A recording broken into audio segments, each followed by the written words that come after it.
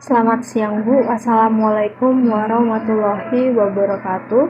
Salam sejahtera untuk kita semua. Shalom, Om Swastiastu, Namo Buddhaya, Salam Kebajikan. Saya Tarida Paulina Syahaan dengan NIM 21050400080, Prodi Ilmu Hukum Fakultas Ilmu Sosial dan Ilmu Politik, Universitas Maritim Raja Ali Haji, ingin mempresentasikan hasil jawaban UTS saya yang diberikan oleh Ibu Marniarani selaku dosen pengampu saya, mata kuliah Hak Kekayaan Intelektual.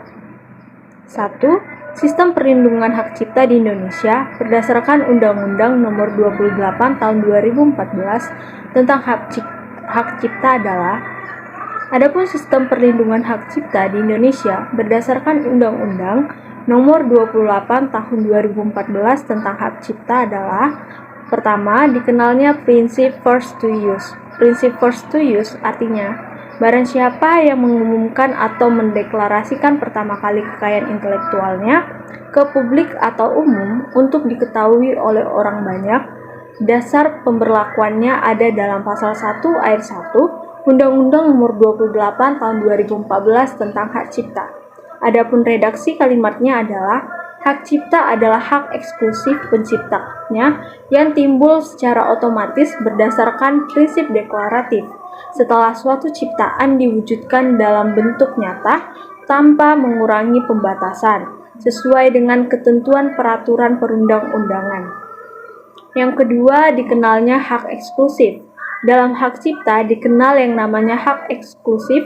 Yang dimaksud dengan hak eksklusif dalam pasal 4 Undang-Undang Nomor 28 Tahun 2014 bagian pasal demi pasal adalah hak yang hanya diperuntukkan bagi pencipta sehingga tidak ada pihak lain yang dapat memanfaatkan hak tersebut tanpa izin pencipta.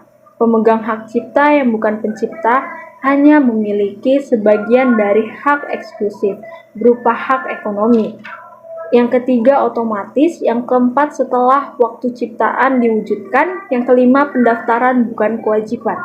Yang kedua, sistem perlindungan hak cipta di Indonesia berdasarkan Undang-Undang Nomor 20 Tahun 2016 tentang merek dan indikasi geografis adalah: jawabannya, adapun sistem perlindungan milik di Indonesia berdasarkan Undang-Undang Nomor 20 Tahun 2016 tentang merek dan indikasi geografis menggunakan prinsip first to file yang memiliki arti barang siapa yang mendaftarkan pertama kali kekayaan intelektual ke Kementerian Hukum dan HAM atau Kemenkumham.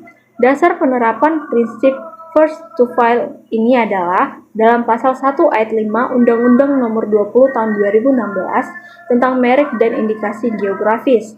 Adapun redaksi kalimatnya adalah: hak atas merek adalah hak eksklusif yang diberikan oleh negara kepada pemilik merek yang terdaftar untuk jangka waktu tertentu dengan menggunakan sendiri merek tersebut atau memberikan izin kepada pihak lain untuk menggunakannya. Artinya, hak kekayaan intelektual seperti merek atau paten wajib didaftarkan terlebih dahulu baru diumumkan ke publik supaya mendapatkan perlindungan Kementerian Hukum dan HAM.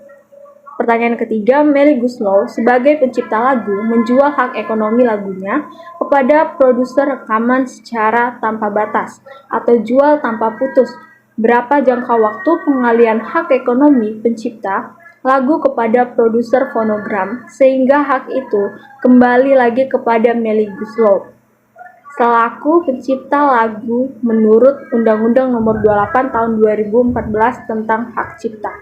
Jawabannya, dalam kasus Melly Guslow sebagai pencipta lagu menjual hak ekonomi lagunya kepada produser rekaman secara tanpa batas atau jual putus, kita dapat melihat jangka waktu pengalihan hak ekonomi pencipta lagu kepada produser fonogram agar hak itu kembali lagi kepada Melly Guslow dengan mendasarkan pada Undang-Undang Nomor 28 Tahun 2014 Pasal 122 tentang hak cipta, yaitu pada saat undang-undang ini mulai berlaku, perjanjian atas ciptaan buku dan atau hasil karya tulis lainnya serta lagu dan atau musik dengan atau tanpa teks yang dialihkan dalam perjanjian jual putus dan atau pengalihan tanpa batas waktu yang telah dibuat sebelum berlakunya undang-undang.